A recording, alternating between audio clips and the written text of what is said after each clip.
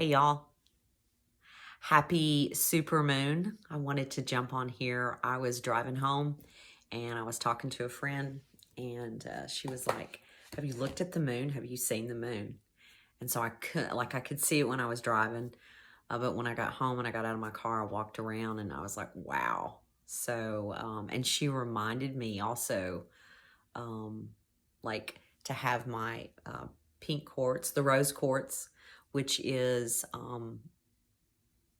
connected to the heart chakra, which ironically has an aura of green around it, and it symbolizes Mother Mary. So I've got my rose quartz, and gosh, I've got my black tourmaline. Helps me with my EMF, but I like to keep this. I've got several of them around the house, but that's not really what I wanted to talk about. But I did want to talk about, the significance of the supermoon and just like things that are relative to me. So this moon has been culminating since November of 2020. And it's all about like, patterns that you hold, like things that are hidden within. And I had a really good teacher in my life.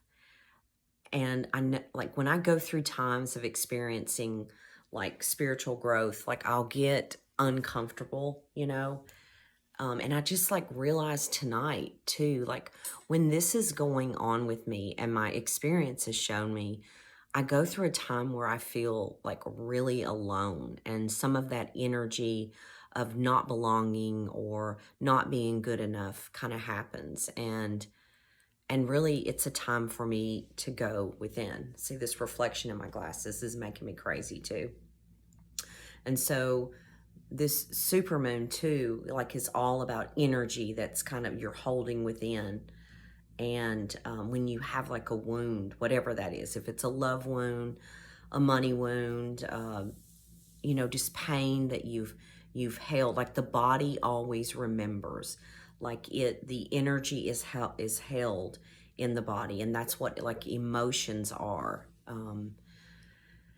And they get emotion, and you can be around someone or be having a current experience, and it activates this wound. And it's like getting shot. Like the analogy that was given to me that I really resonate, it's like when people go to war and they get shot and the bullets removed and the healing happens, but there's still shrapnel in there, and that's what an emotional wound is. Like you can be around, just have something happen, and that wound erupts. It's shrapnel that's inside of you, and that's been going on with me here lately, and a lot of what this energy is right now is things that have been hidden. They are to be brought up again for deeper healing. So, and the supermoon is beautiful. And me and my friend were talking about, we think like tomorrow it'll have that pink aura around it. And I was like, there's a book that a friend gave to me. I think it was a year ago or a little over a year ago. And I will know like intuitively when it's time to work with a book. And so I just I prayed, and I have some books, and I put my hand on it, and I didn't even know which one it was. And so I'm really excited about this. It's by Brene Brown, and see what it looks like. Yeah, I'm super excited to start working with this. And it's called The Quest for True Belonging and the Courage to Stand Alone, Braving the Wilderness. And like tonight, after I had this conversation with a friend, I was like, I realized like this is again one of those times where I feel like I'm walking alone, even though I'm supported, okay? But I'm walking alone again.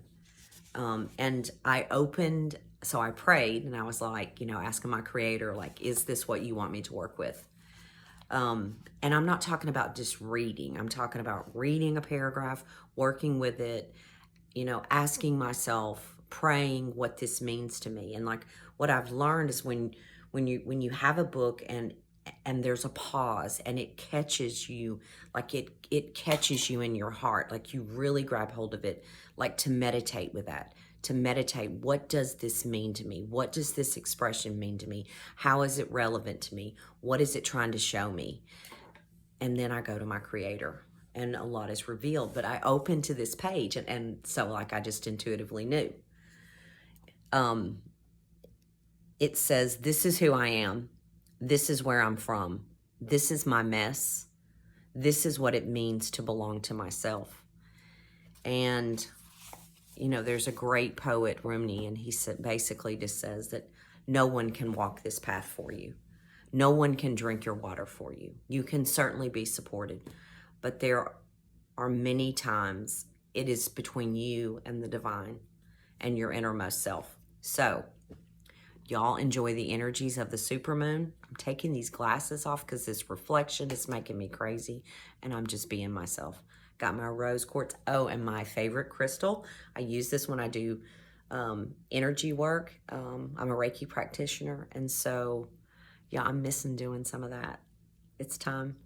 I love y'all, and I don't know. I just want to share where I was at because, you know, be who you are, and that's what I'm walking into more and more. I thank you. Bye-bye.